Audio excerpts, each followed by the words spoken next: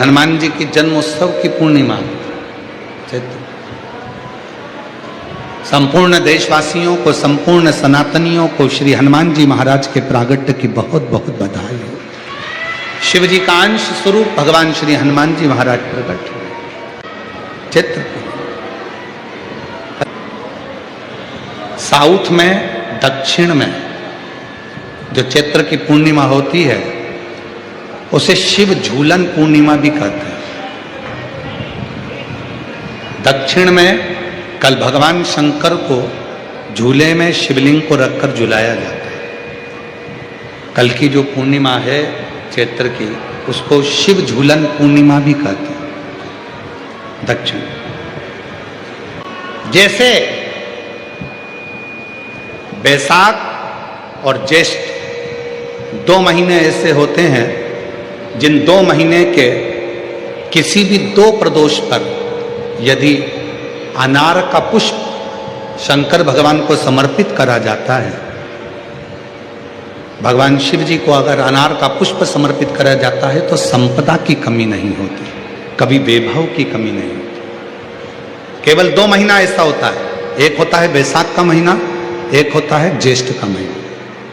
ये 2 महीने में कभी भी कोई सी भी 2 प्रदोष, किसी भी 2 प्रदोष को ले लो और उसमें अनार का फूल, जो अनार का फल लगता है उसमें फूल भी लगता है, अनार का यदि पुष्प, एक ही पुष्प यदि शंकर के शिवलिंग को समर्पित करा जाए तो कभी, हम तो यहाँ तक कहेंगे कि कोई बहुत छोटे से छोटा व्यक्ति है, भले हाथ गाड़ी चला रहा है, ठेला गाड़ी चला रहा है, रिक्शा चला रहा है, उसके पास धन नहीं है, बहुत कमजोर है, पैसा नहीं है, बहुत तकलीफ में है, बहुत दुखी है, तो हम तो उससे कहेंगे कि या तो बैसाख के महीने में या ज्येष्ठ के महीने में कोई भी 2 प्रदोष को अनार का पुष्प यदि वो समर्पित कर देता है तो निश्चित है उसके घर में वैभव संपदा बढ़ना प्रारंभ हो जाती है, कार्य में उन्नति है।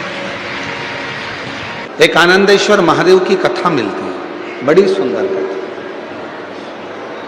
84 महादेव, एक महादेव आनंदेश्वर महादेव, शायद 33 नंबर पर होना चाहिए, 33वें नंबर पर। हो सकता है कि नंबर हमारे स्मरण में ना हो, पर थोड़ा बहुत स्मरण में है कि 33वें नंबर पर आनंदेश्वर महादेव होना चाहिए। ताकि एक कथा मिलती है और उस कथा में ये 2 चीजें आती हैं,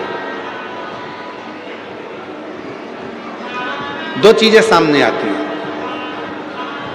एक आती है, स्त्री जब बच्चे को जन्म देती है और जन्म देने के बाद उसके कक्ष में प्रथम बार अग्नि का प्रवेश कराया जाता है, उसमें अजवाइन दी जाती है, उसका महत्व। और दूसरा, जब चैत्र आता है और चैत्र की जो पूर्णिमा होती है, उस चैत्र की पूर्णिमा में भगवान शंकर को चावल का दाना चढ़ाकर पुत्र की कामना करी जाती है, संतान की कामना करी जाती है। 2 चीजें इस कथा में मिलती है, आप थोड़ा ध्यान लगाकर इसको श्रवण करें। आनंदेश्वर महादेव 84 महादेव में एक महादेव है। अब उसका नंबर हमको तो स्मरण में है कि 33 नंबर पर होना चाहिए, पर यदि हमारे विवेक में वो नहीं नंबर आए तो उसमें आगे पीछे हो सकता है। पर आनंदेश्वर महादेव का चरित्र बड़ा सुंदर।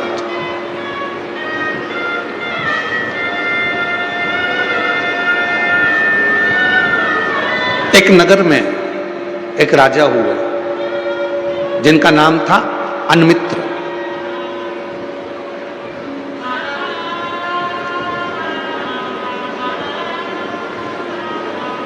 अनमित्र राजा की धर्मपत्नी का नाम था वरवरणी।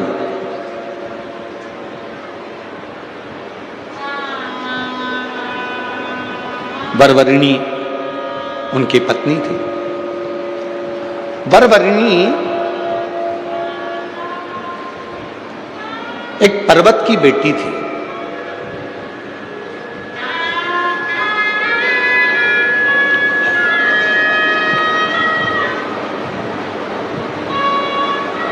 बड़ी सुंदर थी, विद्वान भी बहुत थी।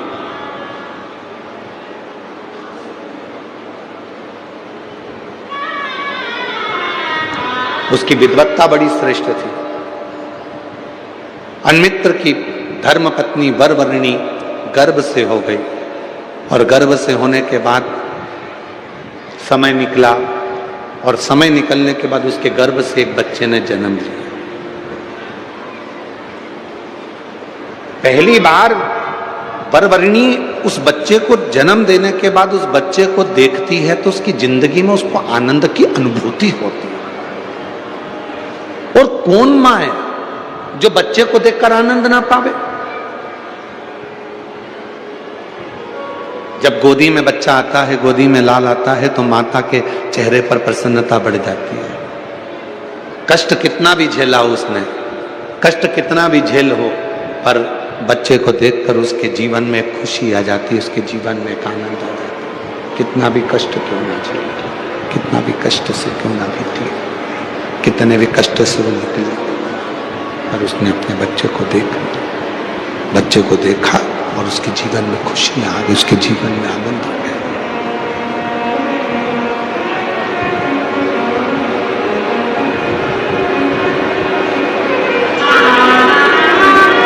महाराज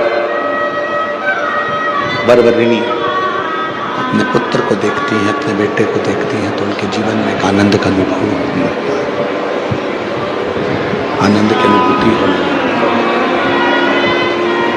अब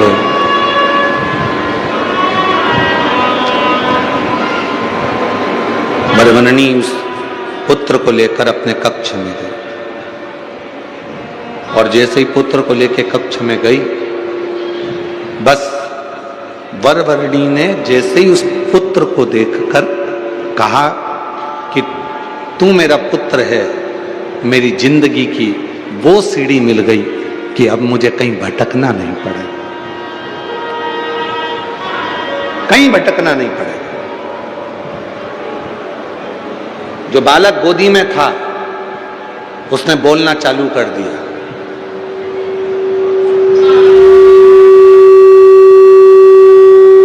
जन्म लिया बालक कभी बोलता नहीं, पर वो बालक बोल रहा है।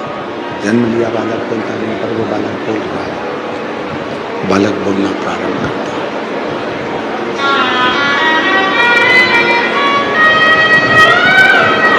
वरवर्णी ने तो सोचा था कि कभी कोई बालक बोलता ही नहीं है,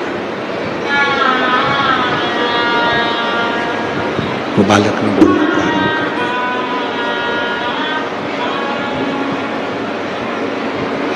शंभो शंभो शंभो शंभो शंभो शंभो शंभो शंभो शंभो शंभो शंभो शंभो शंभो। वरवर्णी को तो लगा ये बालक बोलने लगा, बोल रहा है। अब जब बालक बोलने लगा, उसके मुख से आवाज निकलने लगी, शब्द निकलने लगा। वरवर्णी जैसे ही बोली कि तू मेरा पुत्र है, तू मेरा आनंद है, तू मेरी वो सीढ़ी है जो मुझे सुख प्रदान करेगी, तो वो सीढ़ी है जो मुझे सुख देगी, आनंद देगी, सुख प्रदान करेगी। शंभु शरणे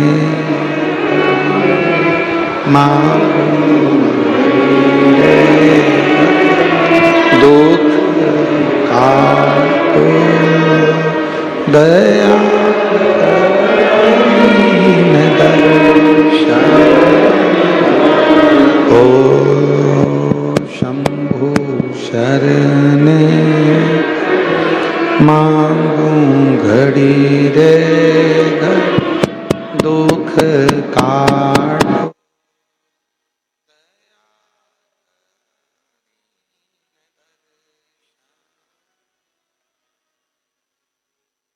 वरवर्णी को लगा पुत्र बोलना प्रारंभ कर दिया, और बेटे ने जैसे ही बोलना प्रारंभ करा, पुत्र ने जैसे ही बोलना प्रारंभ करा,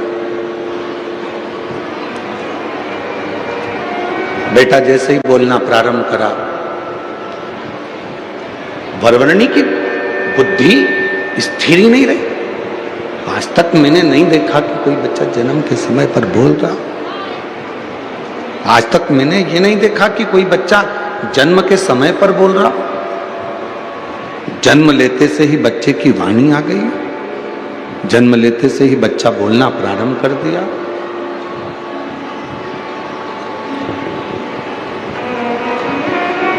ये विचार ही नहीं करा कभी जिंदगी में, क्या ऐसा हो सकता है? शिव कथा कर रही है,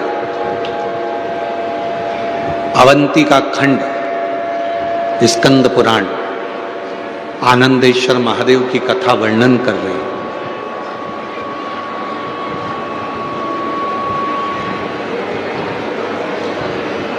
जैसे ही वरवरणी बेटे की आवाज सुनती है, शब्द सुनती है, तो कहती है,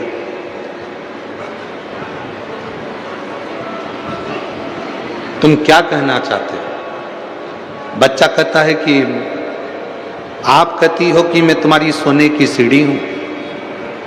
सामने एक बिल्ली बैठी है, वो इंतजार कर रही है कि मां यहां से निकल कर जाए और मैं इस मांस के छोटे से टुकड़े को, इस बच्चे को लेकर भाग जाऊं, खा जाऊं।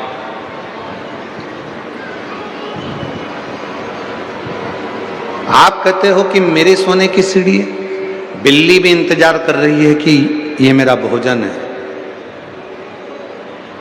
और एक असुरी, एक राक्षसी सामने बैठकर मुझे झांक रही है, जातहरणी, जिसका नाम है जातहरणी। वो भी मुझे देख रही है, वो भी मुझे खाना चाहती है, वो भी मुझे ले जाना चाहती है। जातहरणी का मतलब मालूम है? एक असुर हुए थे, दुस्सह असुर। ब्रह्मा जी जब तप साधना कर रहे थे, और तप साधना करने के बाद ब्रह्मा जी को जब बार बार उनको परेशान किया जा रहा था उस तप साधना में, तो एक असुर प्रकट हो गए थे जिसका नाम था दुस्सह।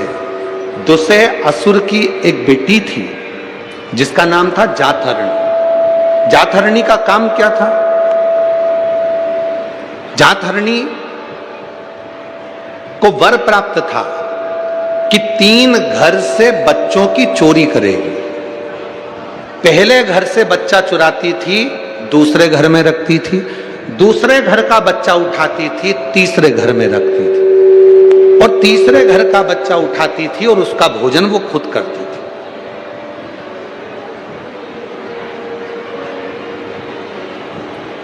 प्रथम घर के बच्चे को ले जाकर दूसरे बच्चे के घर में रख देना, दूसरे के घर का बच्चा उठाकर तीसरे के घर में रख देना, और तीसरे का बच्चा उठाकर स्वयं उसको खा लेना। ये जातहरणी का भोजन था। वो असुरी का भोजन ही यही था। वो जातहरणी असुरी का भोजन यही था।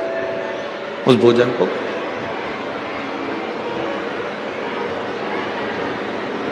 बड़ा आश्चर्य, और बच्चे के मुख से सुनना। बच्चे ने कहा कि एक तरफ तो बिल्ली बैठी है, वो भी मुझे खाना चाहती है, और दूसरी तरफ जातहरणी है जो मुझे उठा कर ले जाना चाहती है, और एक तरफ तुम कहती हो कि तू मेरी सोने की सीढ़ी। मां बच्चे से उतना ही प्रेम करना चाहिए जितने बच्चा बिगड़े ना। बच्चे से उतना स्नेह करो। बच्चे को मोबाइल दो, मना नहीं है। बच्चे को लैपटॉप दो, मना नहीं है। बच्चे को शॉपिंग पर लेकर जाओ, मना नहीं है। पर बच्चे से उतना स्नेह करना जिससे बच्चा आपका कहीं गलत संगत में ना चला। पर आज के जमाने में तो लोग बच्चे को भी झूठ बोलना सिखा देते। एक बच्चा जिद कर रहा था, मम्मी जा रही थी किटी पार्टी में, और बच्चा जिद कर रहा था, मैं भी चलूंगा, मैं भी चलूंगा। माँ ने कहा नहीं, तेरी पढ़ाई कढ़ाई में, एग्जाम कढ़ाई में, चल पढ़ने बैठ, अभी ट्यूशन वाले सर आते होंगे, चल कोचिंग कर, पढ़। बच्चा कहने लगा नहीं, मैं भी जाऊंगा, मैं भी जाऊंगा। बच्चा जिद करने लगा। माँ ने 10 रुपए निकाले पर्स में से, बच्चे को दे दिए, ले टॉफी खा लेना, और कोई भी आए ना और पूछे तेरी मम्मी कहां गई, तो कह देना पापा के साथ घूमने गई।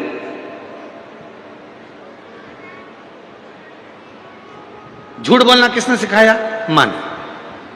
कह देना पापा के साथ घूमने गई। अब आज मालूम पड़ा कि कोई साहब मर गए, पापा की जल्दी छुट्टी हो गई। और पापा की जल्दी छुट्टी हुई, पापा की जल्दी छुट्टी हुई, और जैसे ही पापा की जल्दी छुट्टी हुई तो पापा आज घर पर जल्दी आ गए। और घर पर आए, उन्होंने दरवाजा बजाया। घर पर आने के बाद में दरवाजा बजाते और दरवाजा बजाया। घर पर आकर पापा ने जैसे दरवाजा बजाया, वो पप्पू बाहर आया। आकर उसने टॉफी खा रहा था। पिताजी ने, पिता की आदत रहती है आते से पूछते, क्या तेरी मम्मी नहीं दिख रही? आते से ही पूछेंगे तुमचा आई कठे, आई कहाँ है? तुरंत आते से पूछेंगे। और उसने तुरंत आते से पूछा, क्यों तेरी माँ नहीं दिख रही, तेरी मम्मा नहीं दिख रही? इतने में बच्चा टॉफी खा रहा था, उसने देखा ही नहीं कि पापा है। उसने तो कह दिया मम्मी पापा के साथ घूमने गई है। पापा ने एक थप्पड़ रख कर दिया, तेरा बाप यहां खड़ा, किसके साथ चली गई? तेरा पिता तो यहीं खड़ा। फिर वो गई किसके साथ? किसके साथ? बस इतना सुना। झूठ बोलना सिखा दिया मां ने। बच्चे को ट्यूशन में बैठकर पढ़ाना सिखाना पड़ता है। बच्चे को कोचिंग देना पड़ती है। केवल एक मोबाइल ऐसा होता है कि किसी बच्चे को मोबाइल की कोचिंग नहीं देना पड़ती है। बच्चा पैदा होने से पहले मोबाइल चलाना सीख जाता है, गर्भ में रहता है, और डॉक्टर कह देते हैं बेड रेस्ट, तो माँ दिन भर मोबाइल लेकर बैठी रहती है और बच्चा अंदर देखता रहता है, ऐसे खोलना है, ऐसे चलना है, व्हाट्सअप ऐसे चलाना है, इंस्टाग्राम ऐसे चलाना है, फेसबुक ऐसे चलाना है, ऐसे यूट्यूब चलाना है, ऐसे ये करना है। बच्चा अंदर बैठे बैठे बैठे बैठे सब सीख जाता है। फिर माँ उस बच्चे को सिखाती कुछ नहीं है, उसको अन्य पढ़ने की कोचिंग देगी, अन्य चीज की कोचिंग देगी, पर माँ मोबाइल की कोचिंग अपने बच्चे को नहीं देती है। बच्चा खुद गर्भ में रहकर मोबाइल चलाना सीख जाता है। अभिमन्यु जैसे, अभिमन्यु चक्रव्यूह में जाना सीख गया, पर आधे में माता सो गई तो नींद में वो नहीं, निकलना नहीं सीखा।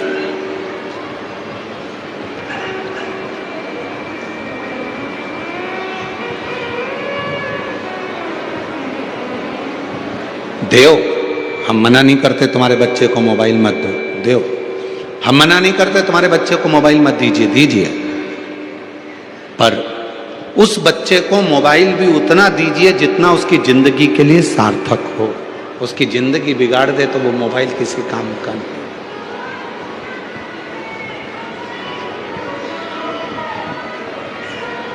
देव मना नहीं है, पर उसकी जिंदगी ना बिगड़े, उसका जीवन सार्थक हो जाए, उसके जीवन में कभी उसको कष्ट ना हो, उतना दीजिए। शिव कथा करिए, भगवान शंकर का चरित्र करिए। मैंने तेरे ही भरोसे बाबा, तेरे ही भरोसे हवा बीच उड़ती जावांगी बाबा, डोर तो चढ़ी नाम कटी जावांगी। भोले मैं तेरी कदम, शंभू मैं तेरी कदम, हवा बिच उड़ती जावांगी बाबा, डोर हत्तो छड़ी नाम कटी। शिव कथा कर रही है, भगवान शंकर का चरित्र कह रहा है। उस जातरणी में वो बच्चा कह रहा है, एक तरफ बिल्ली बैठी है, एक तरफ जातरणी बैठी है, एक तरफ तुम बैठी हो, तुम कह रही हो कि ये मेरा पुत्र है, तुम कहती हो कि मेरे सोने की सीढ़ी है, ये स्वर्ण सीढ़ी, वो जातहरणी मुझे देख रहे, मां तुम मुझसे प्रीत मत रखो। वो बच्चा कह रहा है अपनी मां वरवरणी से, तुम मुझसे प्रीत मत रखो। मैं तो कुछ दिन का हूं, थोड़े से दिन मेरे हैं जीवन के, मुझे थोड़ा सा दिन मिला है जीवन, मेरी थोड़ी सी जिंदगी है, जितना जी लूंगा।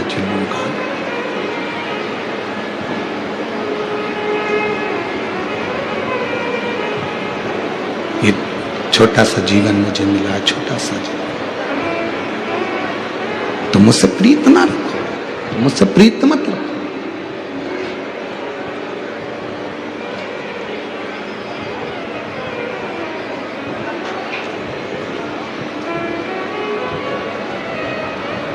थोड़ी देर बाद एक ये बालक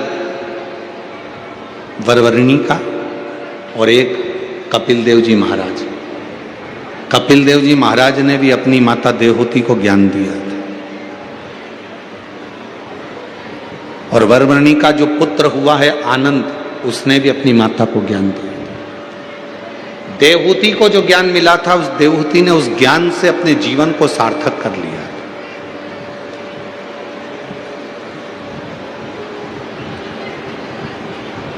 देवहूति ने उस ज्ञान से अपने जीवन को सार्थक कर लिया था कि मेरे बेटे ने मुझको ज्ञान दिया। श्रीमद् भागवत कथा में माता देवहूति का चरित्र आता है कि माता देवहूति को अपना पुत्र स्वयं कपिल देव जी महाराज उनको ज्ञान दे रहे थे, स्वयं पुत्र ज्ञान दे रहा। और शिव पुराण यह कहती है कि ज्ञान कहीं से भी प्राप्त हो, कैसे भी प्राप्त हो, कभी भी प्राप्त हो, उसको ग्रहण कर लेना चाहिए।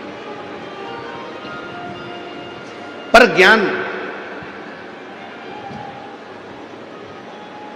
आडंबर के अंधकार में नहीं होना चाहिए, पाखंड के अंधकार में ज्ञान नहीं होना चाहिए।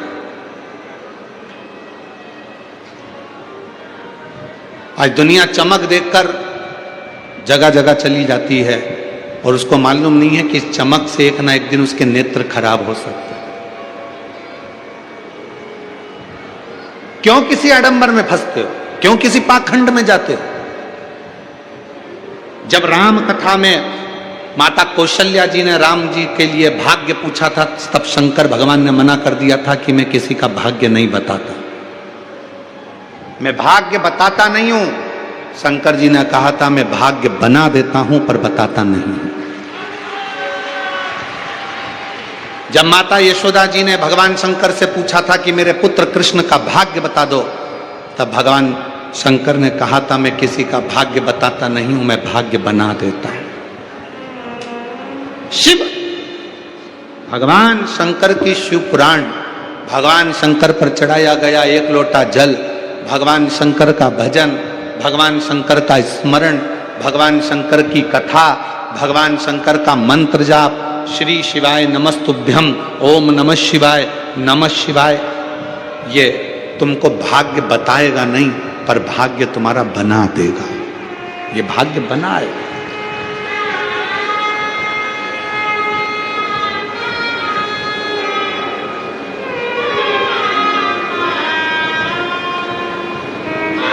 जो तुमसे कहे कि मेरे पास आकर बैठो मैं तुम्हारा भाग्य चमका दूंगा, बिल्कुल मत समझ लेना कि पक्का झूठ बोल रहा है। जो तुमसे बोले कि मेरे पास आना मैं तुम्हारा भाग्य बना दूंगा, समझ लेना झूठ बोल रहा है। कहीं मत जाओ, सारी समस्या का हल एक लोटा जल। जम के बोलो, सारी समस्या का हल। जब सीहोर वाला बाबा इतना डंका पीट पीट के कह रहा है कि कहीं मत जाओ, एक लोटा जल चढ़ाओ, तुम्हारी किस्मत तुम्हारा भोलेनाथ बना देगा, कहीं मत जाओ, अपने घर के मंदिर में जाओ, अपने घर के पास के मंदिर में एक लोटा जल चढ़ाने जाओ, कहीं किसी चुंगल में मत फंसो, किसी के आडंबर में मत फंसो। क्यों फंसो? और फिर मिलते हैं वो नासिक जैसा महाराज, फिर मिला वो ऐसा भाग्य बताने के चक्कर में ना जाने कितनों की जिंदगी को बर्बाद कर कर बैठ गया।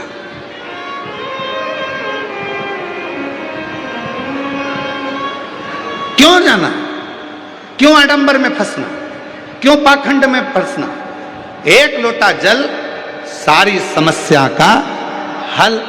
जब दुनिया का हल, राम जी महाराज सेतु पर चढ़ाई, सेतु बांधना चाहते हैं, लंका पर चढ़ाई करना चाहते हैं, तो मेरे राम जी ने एक लोटा जल चढ़ाया, शिव जी को राजी करा, लंका का राज्य पाया।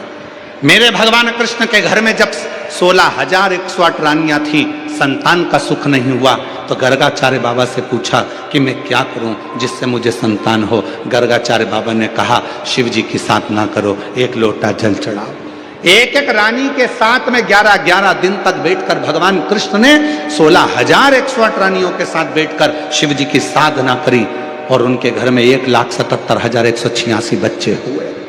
शिव की कृपा से, शंकर की करुणा से, शिव की उदार, शंकर की साधना से। राम जी शिव जी की साधना करते, भगवान कृष्ण शिव की साधना करते। ऐसा कोई देव बता दो जो भगवान शंकर की साधना नहीं करता। भागवत पुराण, अग्नि पुराण, नर्मदा पुराण, पद्म पुराण, जितनी पुराण उठाकर देखना, सारी पुराणे उठाकर देखिए, और जितने चरित्र उठाकर देखना उतने चरित्र उठाकर देखिए। कोई एक देवता का नाम बता दो जो शंकर भगवान के शिवलिंग की पूजन नहीं करता हो। कोई एक देवता का नाम बताना जो शंकर भगवान के शिवलिंग की पूजन नहीं करता। सूर्यदेव शिव की पूजन करते, चंद्रदेव शिव की पूजन करते, राहु शिव की पूजन करते, शनि शिव की पूजन करते, केतु शिव की पूजन करते, मंगल शिव की पूजन करते, बुध शिव की पूजन करते, पृथ्वी शिव की पूजन करती है, आकाश पृथ्वी की शिव की पूजन करता है, जल शिव की पूजन करता है। 20 लाख योनि, 84 लाख योनि में से 20 लाख योनि वृक्ष की है, पत्तियों की है, पौधों की है, इन पौधों की, इन वृक्षों की है 20 लाख योनि। ए भाई, खींच खींच के बोलना पड़ रहा है, कब तक खींच के बोलेंगे, गला दुख रहा है। 20 लाख योनि वृक्ष की है, 20 लाख योनि इन पौधों की है, और वो 20 लाख योनि पौधों की, वो पौधे भी शिव की साधना करते हैं, शिवलिंग की उपासना करते हैं, शिव साधना में डूबे हुए हैं। कौन? गणेश जी महाराज शंकर जी की साधना करते हैं, कार्तिक के बाबा शिव की साधना करते हैं, माँ जगत जननी शिव की साधना करती है, दुर्गा भवानी शिव की साधना करती है, माँ रेणुका माता भी शंकर की साधना में डूबी रहती हैं। ऐसा कोई बताओ। सप्तशृंगी माता शिव की साधना करती है, माँ विजासन शिव की साधना करती है, माँ जगत जननी शिव की साधना करती है, माँ सरस्वती शिव की साधना करती है, ब्रह्मा शिव की साधना करते हैं, विष्णु शिव की साधना करते हैं। ऐसा कोई इंद्र शिव की साधना करते हैं। ऐसा कोई देवता, जो देवता शिव की साधना ना करता हो उसका नाम बताओ, जो शंकर के शिवलिंग की पूजन नहीं करता। हमारे 33 कोटि देवताओं ने हमको उपदेश दिया कि तुम कहीं मत भटको, केवल एक काम करो, अपने घर से एक लोटा जल लो और शंकर भगवान को समर्पित करना प्रारंभ करो। शिव सारी समस्या का हल तुम्हारे सामने कर देंगे। कहीं मत जा, कहीं।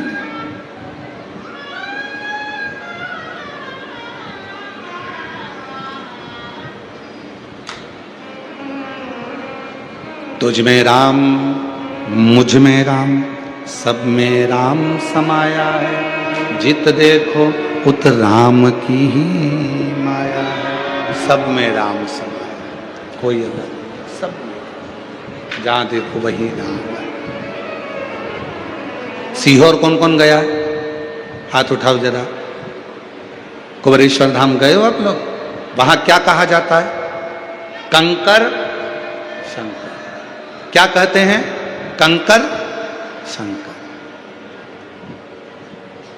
वहां यह नहीं कहा गया कि कोई इंसान शंकर है, वहां यह नहीं कहा गया कि कोई बाबा जोगी सन्यासी शंकर है, वहां यह कहा गया कि कंकर शंकर है। आप कंकर को उठाओ, पूजन करो, शंकर माना, पूजा लेकर अपने घर आ गए, वो कंकर को शंकर मान गए। कंकर को शंकर, फिर ना कोई विचार, ना कोई सोच, ना कोई दृष्टि।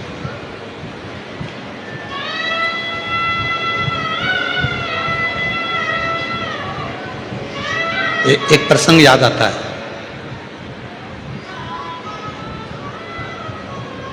एक लड़का एक लड़की से कहता है, मैं तुझसे इतना प्रेम करती हूं, इतना प्रेम करता हूं, मैं तुझे इतना प्रेम करता हूं कि हर जगह जिसे देखूं मुझे तू ही नजर आती है।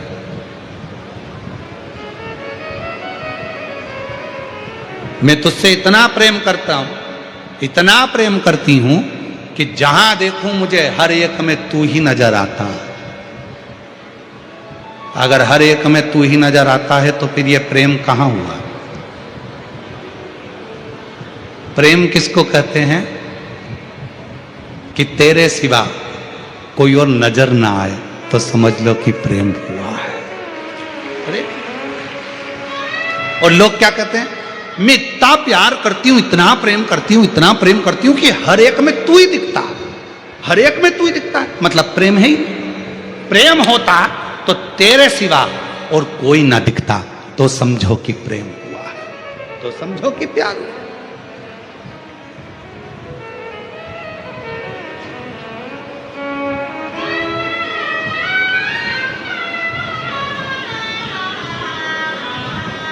राम में भी शिव दिखे, कृष्ण में भी शिव दिखे, हर एक में शिव दिखे। जिसको देख रहे हो, जिसका स्मरण कर रहे हो, उसमें शिव के सिवा कुछ ना दिखे, कुछ नहीं।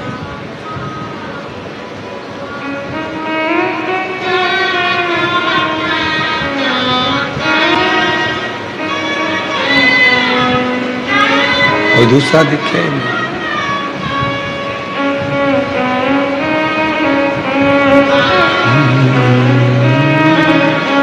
मेरे तन में भी शिव, मेरे मन में भी शिव, रोम रोम में समाया तेरा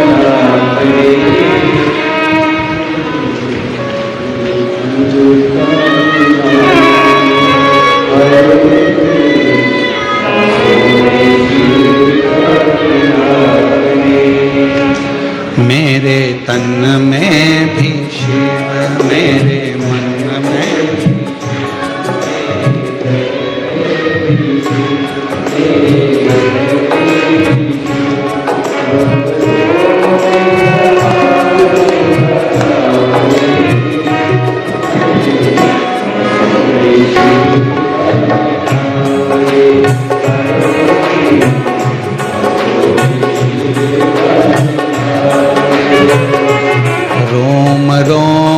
समाया तेरा नाम रे, मेरे सांसों में तेरा ही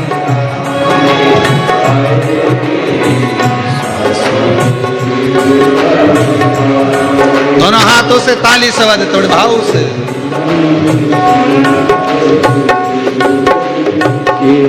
जैसे चंदा में शिव, जैसे सूरज में शिव, अंबर तारों में समाया शिव का नाम रे, सांसों में शिव का नाम रे, आए मेरी सांसों में शिव का नाम रे।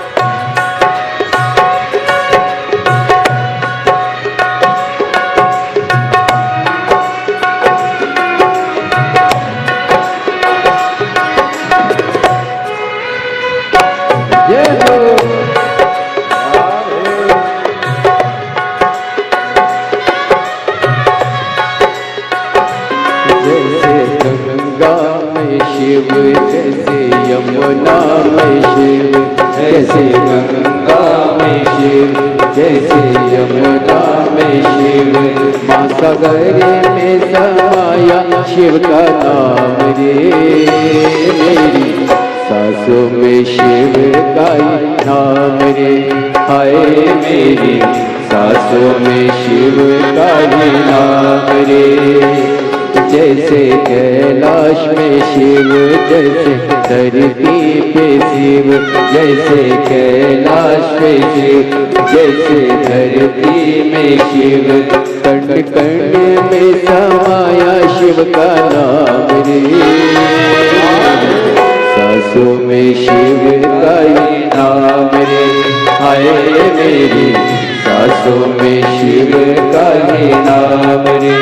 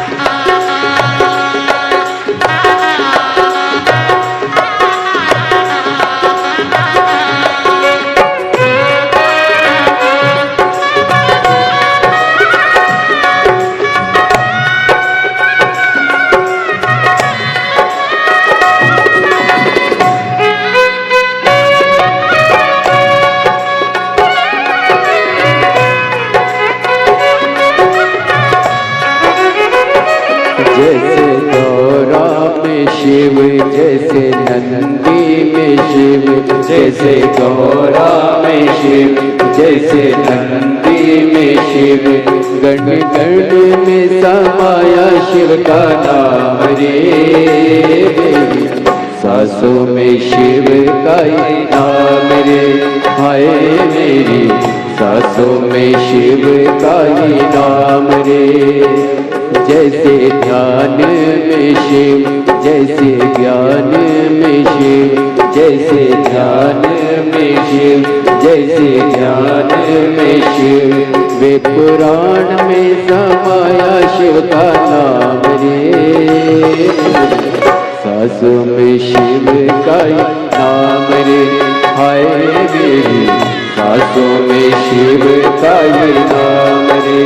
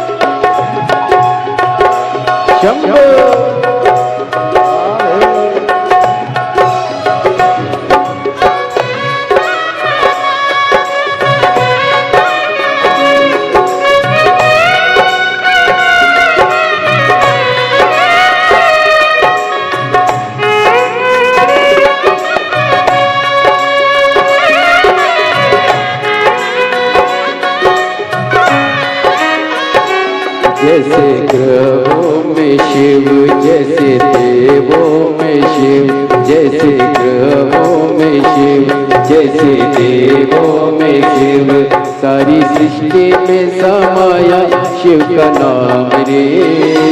मेरी सांसों में शिव का नाम रे, हाय मेरी सांसों में शिव का नाम रे। रोम रोम में समाया शिव का नाम रे, सांसों में शिव का नाम रे, हाय मेरी सांसों में शिव का नाम रे, हाय मेरी सांसों में शिव का नाम। महादेव अपने स्थान पर बैठकर बाबा देव महादेव से अपने मन का भाव कहिए, प्रार्थना करो। विनय करो, निवेदन करो, बाबा से अपने मन का भाव करो।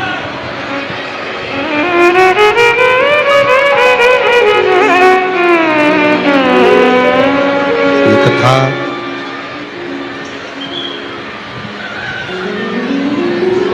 आरणी में, यवतमाल में जो कथा चल रही है, ये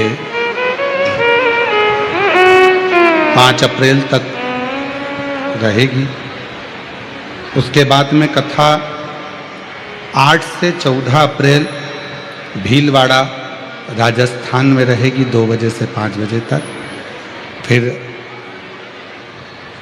17 अप्रैल से 23 अप्रैल तक दिल्ली में रहेगी। उसके बाद में 5 मई से 11 मई तक रांची झारखंड में शिव महापुराण की कथा रहेगी। 5 मई से 11 मई तक 1 बजे से 4 बजे तक रांची झारखंड। फुटबॉल ग्राउंड रांची गौशाला न्यास सुकुर हुटू कांके रांची झारखंड में 1 बजे से 4 बजे तक 5 मई से 11 मई तक शिव महापुराण की कथा का क्रम रहेगा। भाव से बाबा को अपने मन की बात कहिए, प्रार्थना करिए, दिल से विनती करो, विनय करो। जहाँ जगह मिले वहाँ बैठ कर बाबा को अपने मन का भाव करो। जहाँ जगह मिल जाए वहाँ बैठ कर बाबा को अपने मन की बात कहो, प्रार्थना करो, विनय करो, निवेदन करो।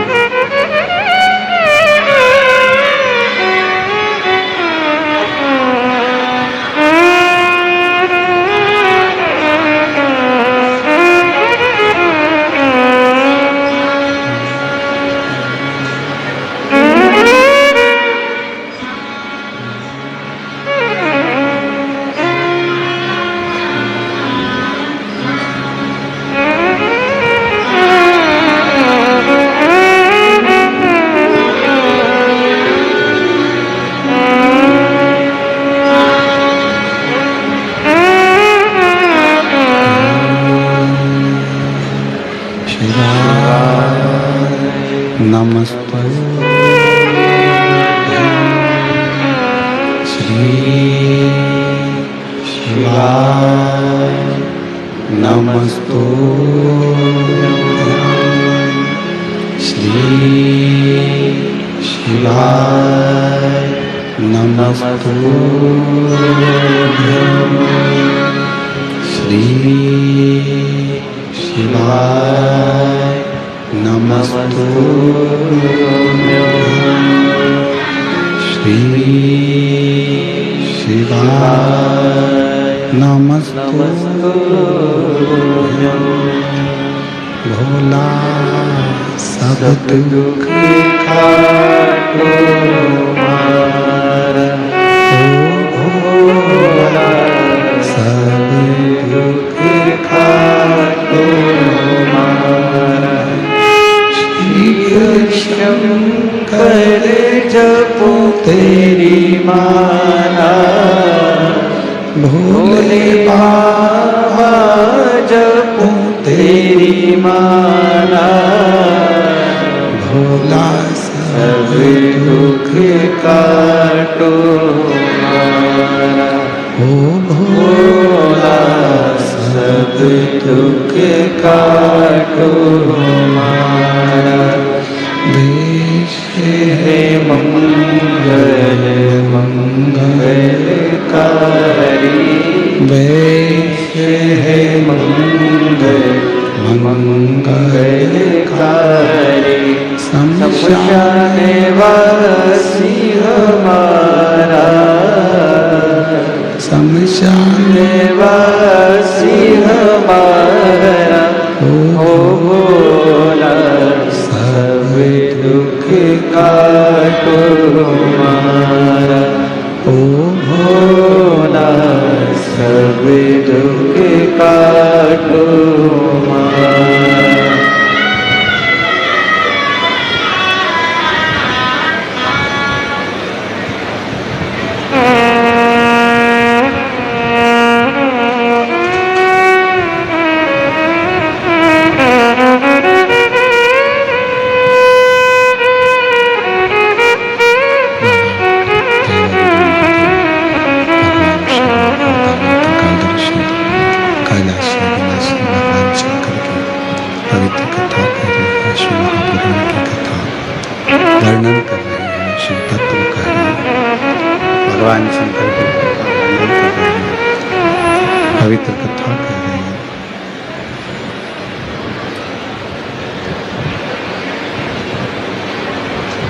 जातहरणी एक ऐसी असुरी, एक ऐसी असुरी जातहरणी जो 3 जगह से बच्चों को लेकर जाती है। एक जगह से उठाती, दूसरी जगह रखती, दूसरी जगह से उठाती, तीसरी जगह रखती है और तीसरी जगह के बच्चों को उठाकर खा लेती है। उसका भोजन बन जाता है, उसका भोजन बन जाता है। तीसरी जगह के बच्चों को उठाकर उसका भोजन बना लेती है। वो जात है।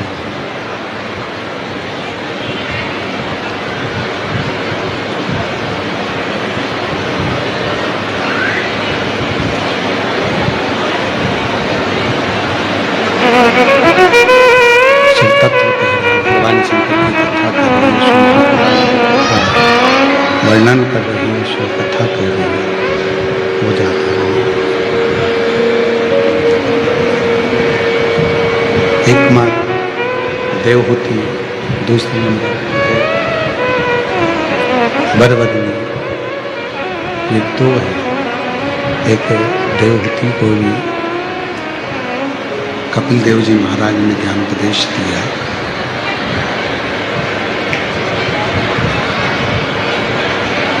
और वरवरणी को भी उसके पुत्र ने ज्ञान उपदेश दिया।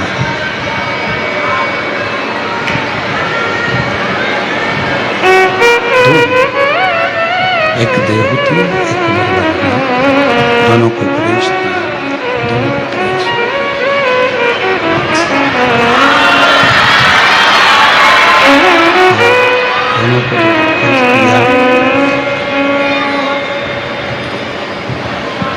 देवहूति उपदेश को, देवहूति माता कपिल देव जी महाराज के उपदेश को शंभु शरण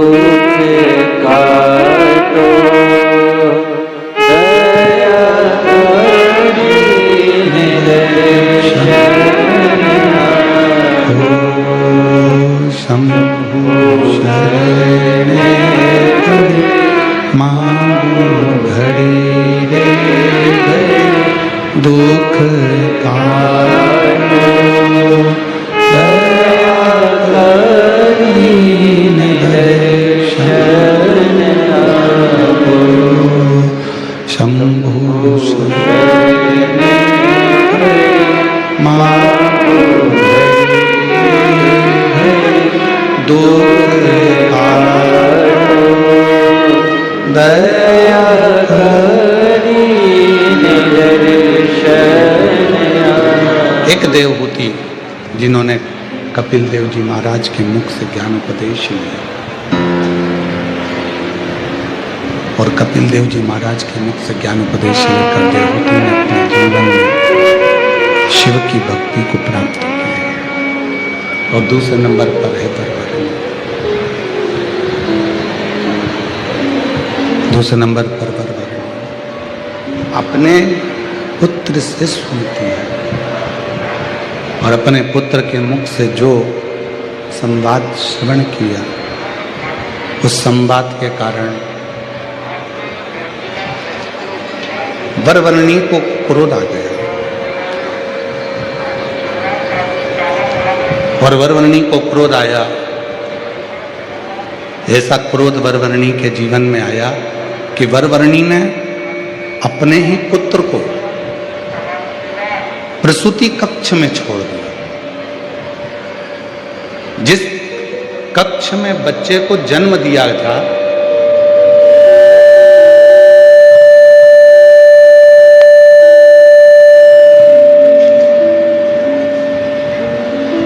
जिस कक्ष में बच्चे को जन्म दिया था, उसी कक्ष में अपने पुत्र को छोड़ दिया। क्यों? क्योंकि वो बच्चा उपदेश दे रहा था। अब दो उपदेश का क्रम शिव महापुराण कथा कह रही है।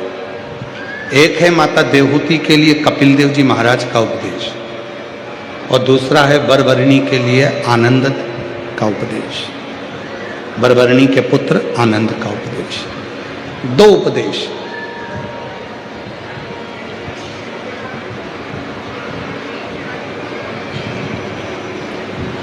देवहूति माता उपदेश सुनती हैं तो भक्ति में डूब जाती हैं, और वरवरिणी उपदेश सुनती है अपने पुत्र का तो क्रोध से भर जाती है, और क्रोध से भरकर वो अपने पुत्र को प्रसूति कक्ष में ही छोड़ देती है। प्रसूति कक्ष में छोड़ देती है, उसको छोड़कर वापस चली जाती है। बस कक्ष की वापस चली जाती है।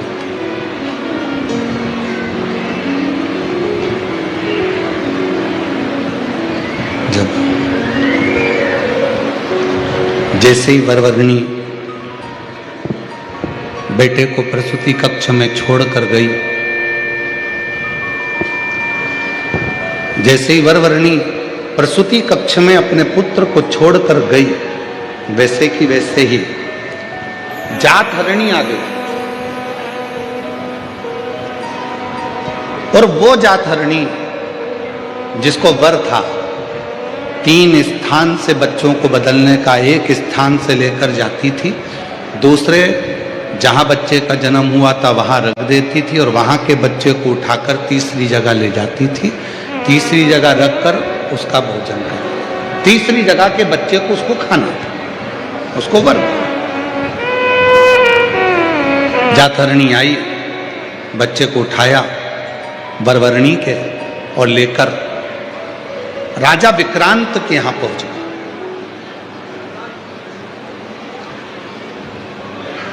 जहां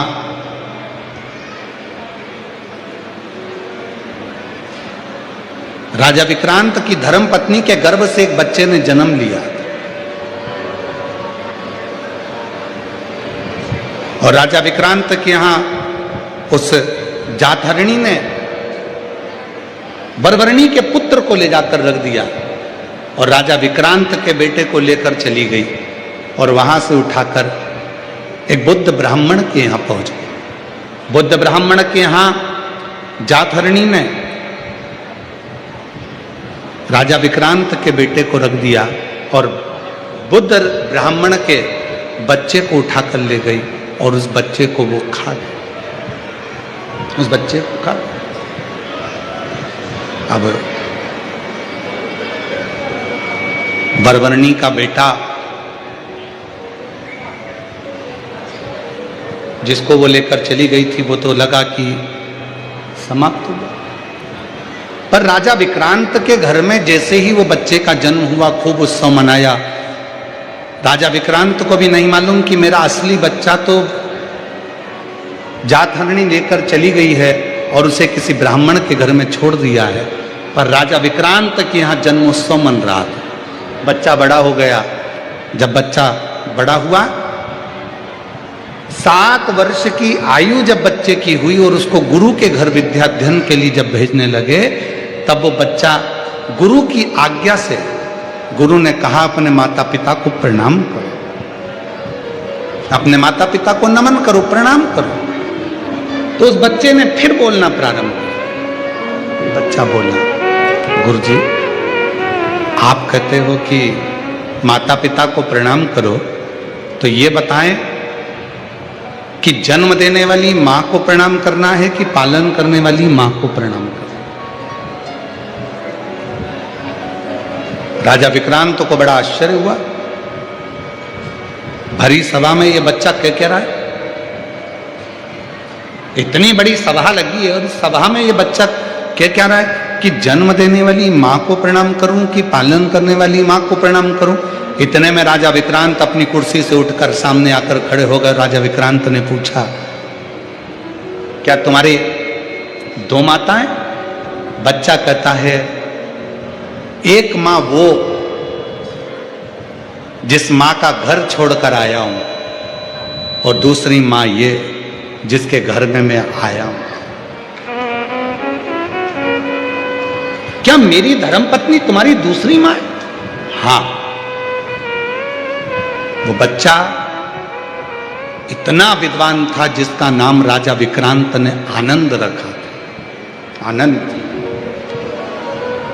शिव महापुराण की कथा कहती है कि वो आनंद नाम का जो बच्चा था, जो वरवर्णी के गर्भ से जन्मा था, वो शिव का पुराना उपासक था।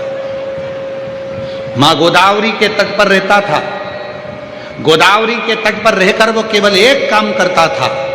उसने ना कभी जिंदगी में किसी देवालय को गया, ना गोदावरी के तट पर रहने के बाद वो किसी शिवालय को गया। वो तो केवल गोदावरी के तट पर रहकर एक कार्य करता था। मां गोदावरी के जल को उठाता था और किसी एक शिला पर डाला करता था। गोदावरी के जल को भरता था और एक शिला पर डाला करता था। वो ये भी नहीं जानता था कि ये शिवलिंग है कि शिला है कि कोई देवता है कि कोई देवी है कि कोई स्थान।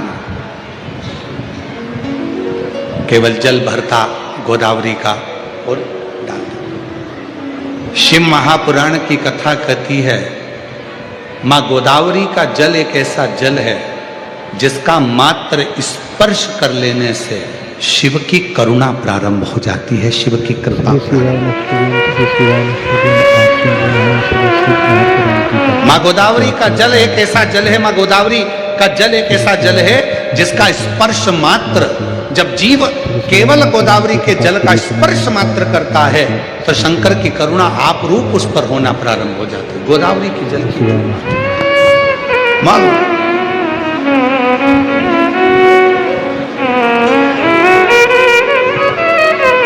और महाराष्ट्र वालों को तो बड़ी कृपा है मां गोदावरी की।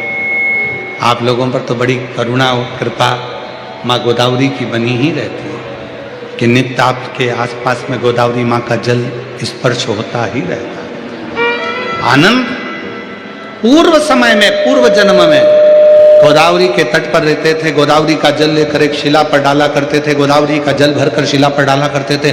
उनके स्मरण में नहीं था कि ये शिवलिंग है, शिला है, पाषाण है, पत्थर है, क्या है। बस गोदावरी का स्पर्श होता था और वो जल समर्पित होता था। उसी गोदावरी के जल के स्पर्श से उसके स्मरण में पूर्व का जन्म रहा और उसने पूरा पूरा चरित्र राजा विक्रांत को कह दिया कि एक जलहरणी नाम की असुरी मुझे उठाकर लेकर आ गई अपने माँ के घर से और तुम्हारे घर में रख दिया, और तुम्हारे घर के पुत्र को उठाकर ले गई, बुद्ध ब्राह्मण के घर में रख दिया, और उस बुद्ध ब्राह्मण के बच्चे को उस जलहरणी ने, जातहरणी ने खा लिया। मेरा बेटा? हाँ। कहाँ है? कहा वो बुद्ध ब्राह्मण के घर में। उसका नाम चैत्र है। उसके माता पिता ने उसका नाम चैत्र रखा। और वो बालक साधारण नहीं है, केवल एक वही बालक है जो उस जातहरणी को समाप्त कर सकता।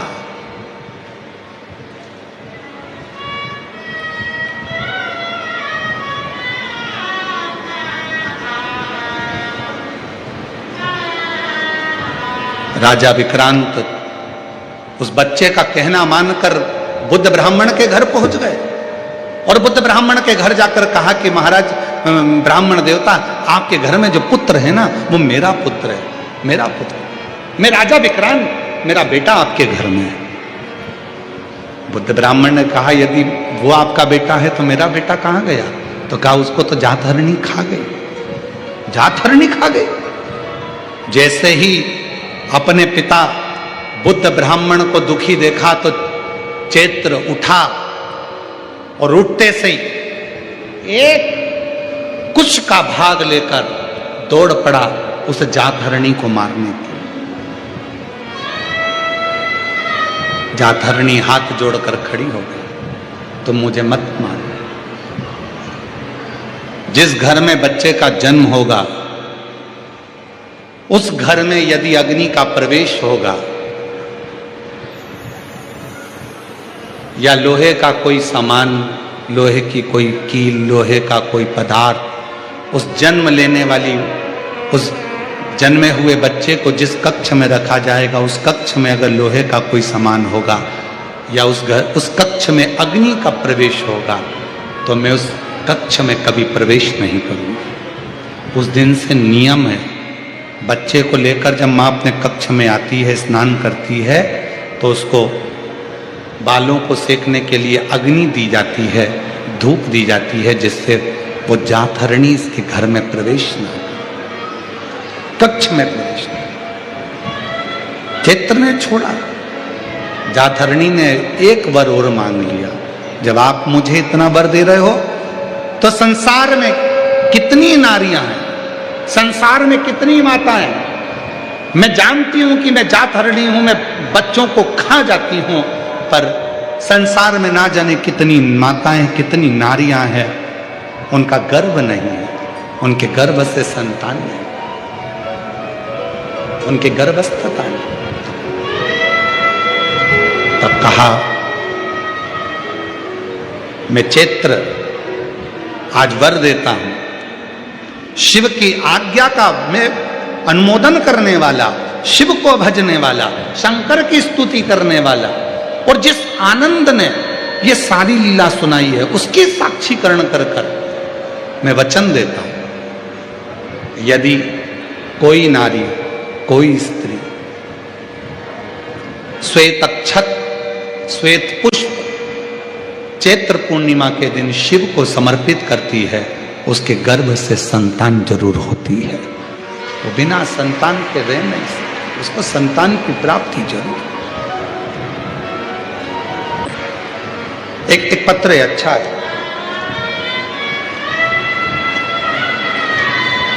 देखिए।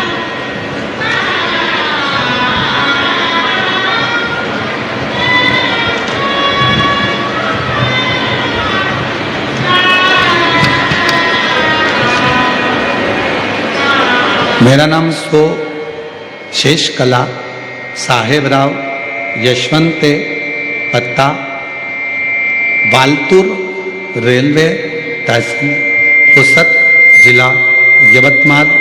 मेरा मोबाइल नंबर ये है। बाबा, मैं एक लोटा जल का क्या वर्णन करूं।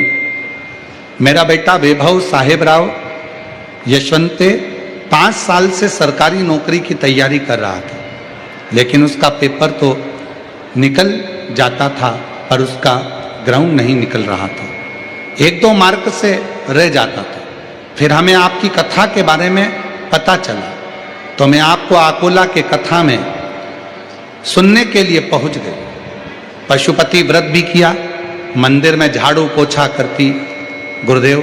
बेटे ने भी 2 पंडाल में कथा सुनी। आप कहते हैं कि पंडाल में बैठकर जो मांगा जाता है वो मिलता है। मेरे बेटे ने 2 पंडाल में बैठकर कथा सुनी।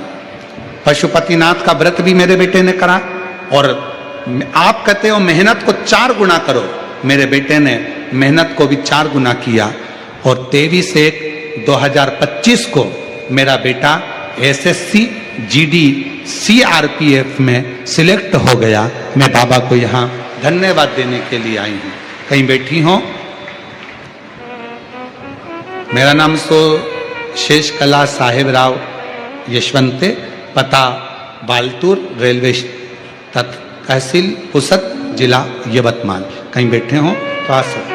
एक पत्र और बड़ा सुंदर।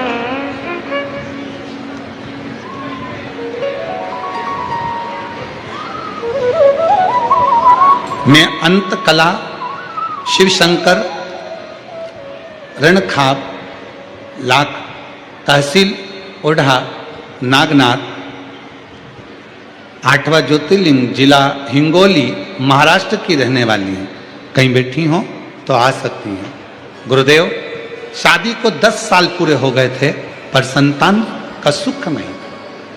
हर जगह दिखा दिखा कर हार गए तो भी संतान का सुख नहीं आया।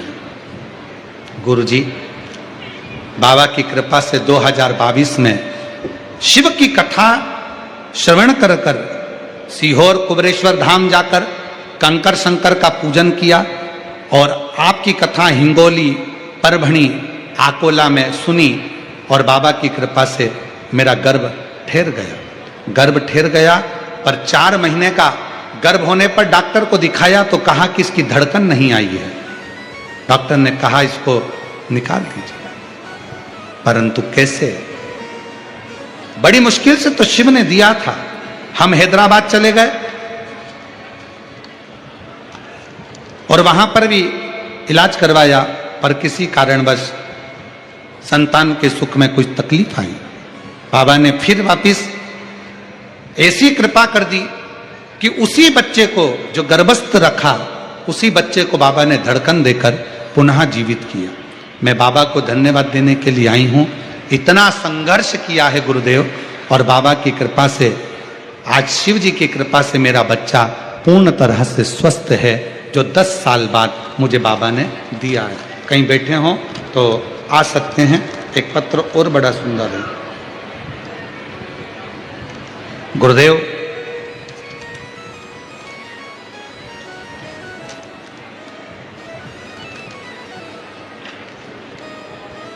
मेरा नाम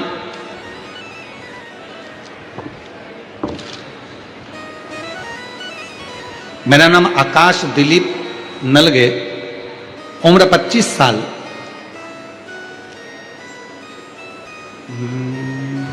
पढ़ के बताओ जरा क्या लिखा है।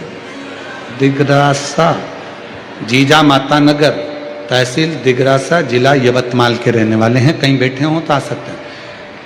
मैं आकाश की मां हूं। धन्यवाद। मेरा नाम आकाश है। मेरे बेटे के लिए भोले बाबा से पूजा करी थी और प्रार्थना करी थी कि मेरे बेटे की सरकारी नौकरी लग जाए। बहुत प्रयास करता था पर लगी ना। तब शिव जी की कथा को पंडाल में बैठकर सुना और बाबा की ऐसी कृपा हुई, आज मेरा बेटा सरकारी बैंक में नौकरी में लग गया।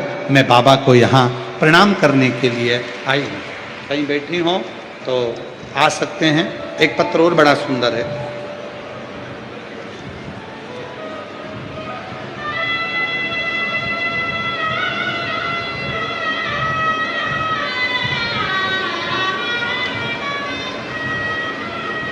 दीपाली ज्ञानेश्वर खंडबे रहने वाले सावंगी खुर्द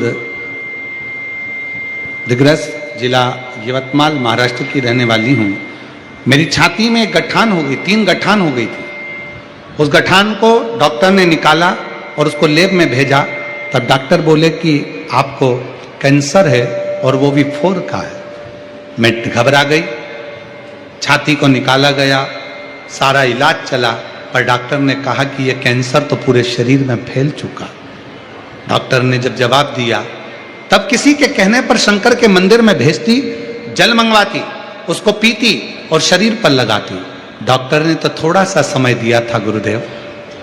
2023 डॉक्टर ने थोड़ा सा समय दिया था, कुछ महीने, पर आज बाबा की कृपा से 2026 में भी अगर बैठी हूँ तो शिव की कृपा से जीवित बैठी हूँ। शंकर ने मुझे संभाल लिया। मैं शिव को नमन करती हूँ, प्रणाम करती हूँ। ये शिव तत्व, ये शंकर। कहीं बैठे हों तो आ सकते हैं। और जो जैसी भावना लाया वो वैसा ही फल पाया। नहीं खाली उसे लौटाया, वो मन ही मन हर्षाया। सब बोलेंगे कर दिया माला माल काशी वाले, लुटा दिया भंडार काशी वाले। लुटा दिया भंडार काशी वाले ने, कर दिया माला माल काशी वाले ने। शिव कथा कर रही है। विक्रांत अपने पुत्र को लेने के लिए, अपने बेटे को विक्रांत चित्र को लेकर आता है। जो बालक जातरणी ने उठाकर विक्रांत के घर पर रख दिया था, उस बालक को विक्रांत ने हाथ जोड़कर नमन कर, उसका आदर कर, सत्कार कर, उसको निवेदन कर, उसके घर पर वो बालक था जिसका नाम आनंद है। आनंद, तुम अपने मां बरबरनी के पास, अपने पिता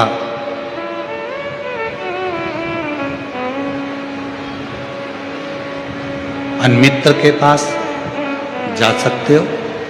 आनंद ने मना कर दिया। मैं पूर्व में मां गोदावरी के तट पर रहता था। मां गोदावरी के तट पर मुझे गोदावरी नदी के जल का जो प्रताप मुझे मिला है, वो प्रताप कोई साधारण नहीं। मां गोदावरी के जल का मैंने जो स्मरण करा, उसका फल मुझे ये मिला कि आज भी मुझे मेरे पूर्व का जन्म का स्मरण है।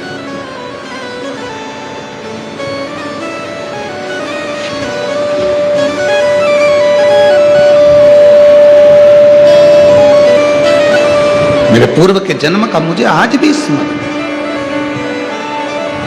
और मैं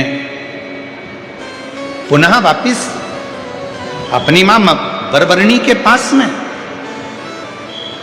अपने पिता अन्मित्र के पास में नहीं जाऊंगा। अब मैं सीधे वन में जाऊंगा। और वही आनंद महाकाल वन में पहुंच गया। तप में डूब गया, साधना में डूब गया। शिव की इतनी भक्ति करी, इतनी भक्ति करी, इतना स्मरण किया कि बाबा देव अधिदेव महादेव ने आनंद को दर्शन, आनंद को दर्शन। और आनंद को जो दर्शन दिया, मांगो आनंद, तुमको क्या चाहिए? शिव ने पूछा। आनंद ने मना कर दिया, मुझे ये भोग और विलास की वस्तुएं नहीं, मुझे साज और श्रृंगार नहीं, मुझे कोई वस्तु नहीं, मुझे कोई सामग्री नहीं, मुझे कोई सामान नहीं। अगर देना चाहते हो तो आप जो आज मुझे दर्शन देने के लिए यहां आए हो, इसी स्वरूप में यहीं पर आप रह जाओ। भगवान शंकर एक शिवलिंग की आकृति में वहां विराजमान हो गए और शिव जी ने अपना खुद का नाम आनंदेश्वर महादेव रख दिया। आनंदेश्वर।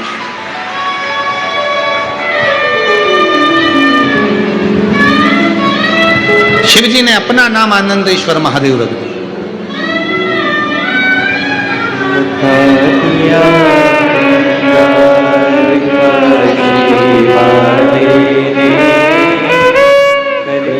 शंभू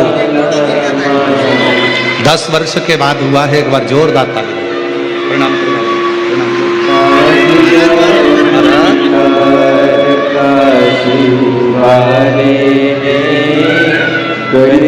माला काशी वाले ने, माला काशी वाले ने, कर दिया माला काशी वाले ने, लुटा दिया भंडार काशी वाले ने, कर दिया माला काशी वाले ने। शिव जी आनंदेश्वर महादेव के रूप में विराजमान, शंकर महाराज।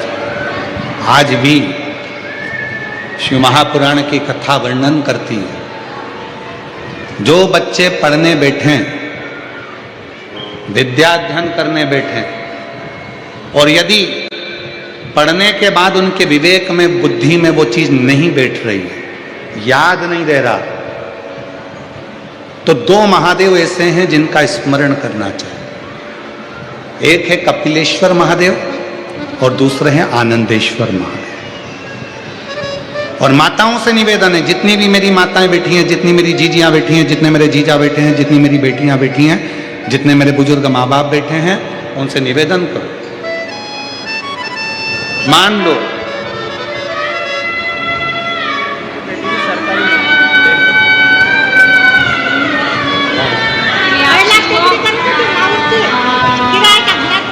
हो, अब हो गया खुद का बन गया।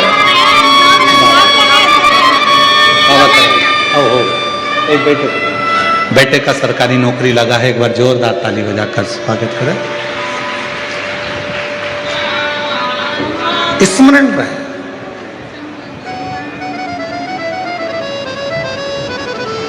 स्मरण, प्रत्येक माता को स्मरण में रहना चाहिए।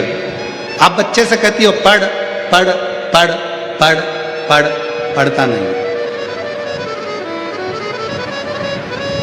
आप उसके पीछे पड़ जाती हो, वो पढ़ता नहीं, पढ़ भी लेगा तो याद रहता नहीं, स्मरण नहीं करता।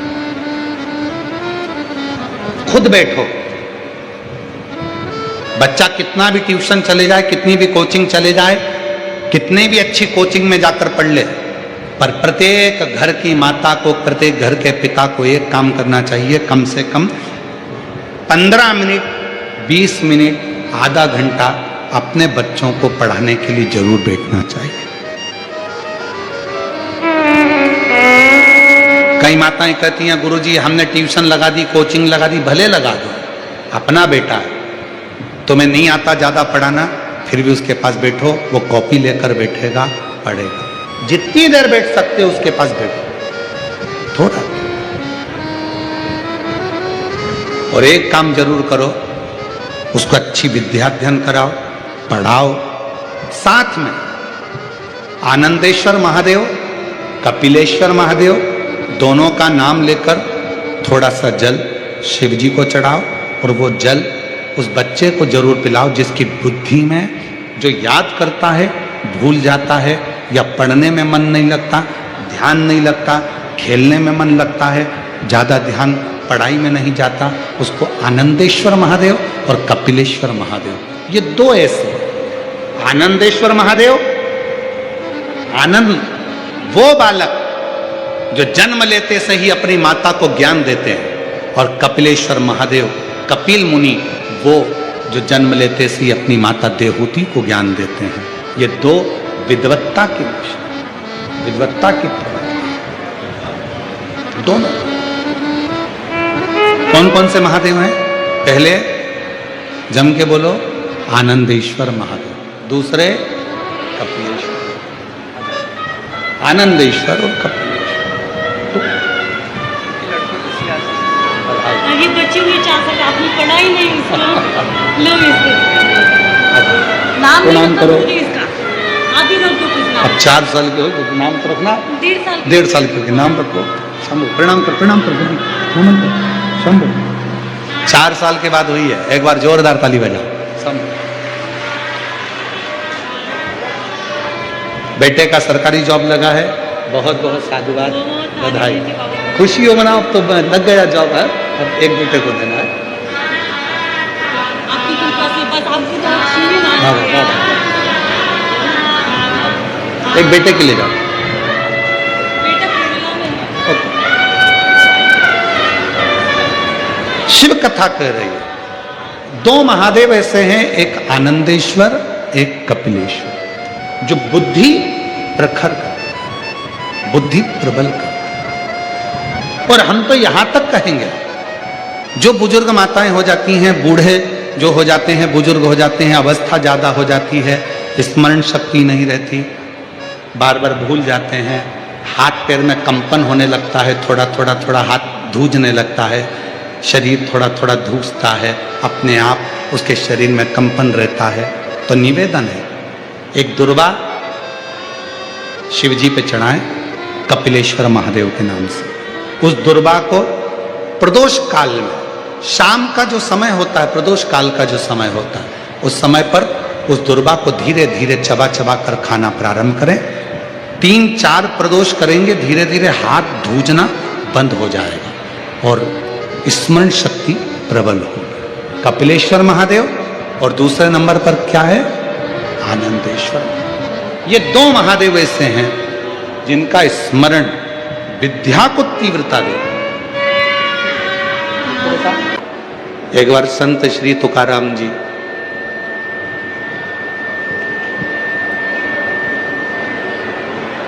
विठल विठल विठल विठल जपते जपते जा रहे थे।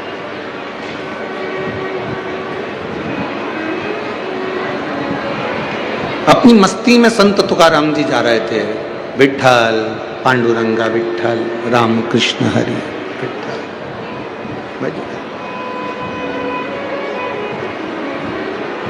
दो लड़के संत तुकाराम जी को रोज देखा करते थे, प्रतिदिन।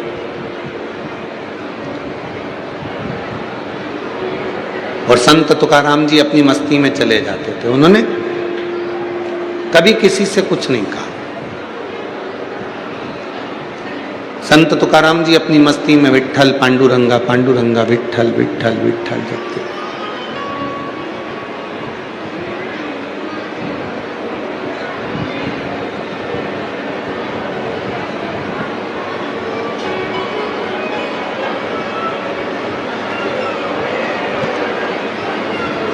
दो लड़के खड़े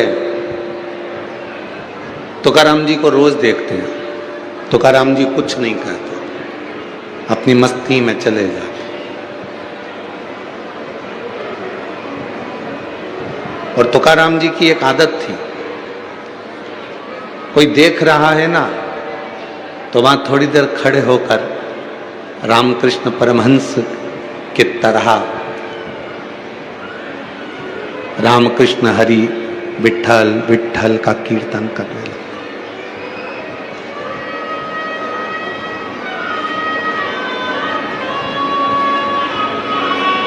तीन दिन निकला, 4 दिन निकला, 5 दिन निकला, संत तुकाराम जी विठल विठल जपते। जो वो 2 लड़के थे वो दोनों कुछ ना कुछ नशा करने के लिए वहां बैठते थे। ये नशा करने वालों की आदत रहती है, मदिरा पीने वालों की आदत रहती है, मदिरा पीने वालों की आदत रहती है। 2-3 दोस्त मिल जाते हैं, रास्ता जहाँ सूना रहता है, मार्ग जहाँ सूना रहता है, जहाँ कोई नहीं आता जाता है, उस मार्ग में उस रास्ते में जाकर बैठ जाते हैं और मदिरा पीना प्रारंभ कर। सूना रास्ता दिखा, इन्होंने अपना गाड़ी को रोका, बैठे और मदिरा पीना चालू कर।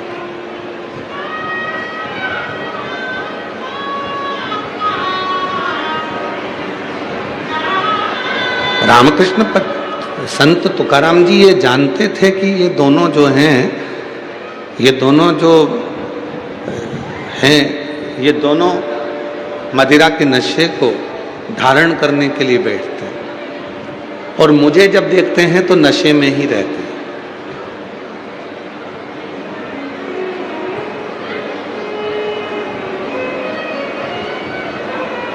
एक दिन, 2 दिन, 3 दिन, 4 दिन, 5 दिन संत तुकाराम जी विठल विठल कहकर जाते।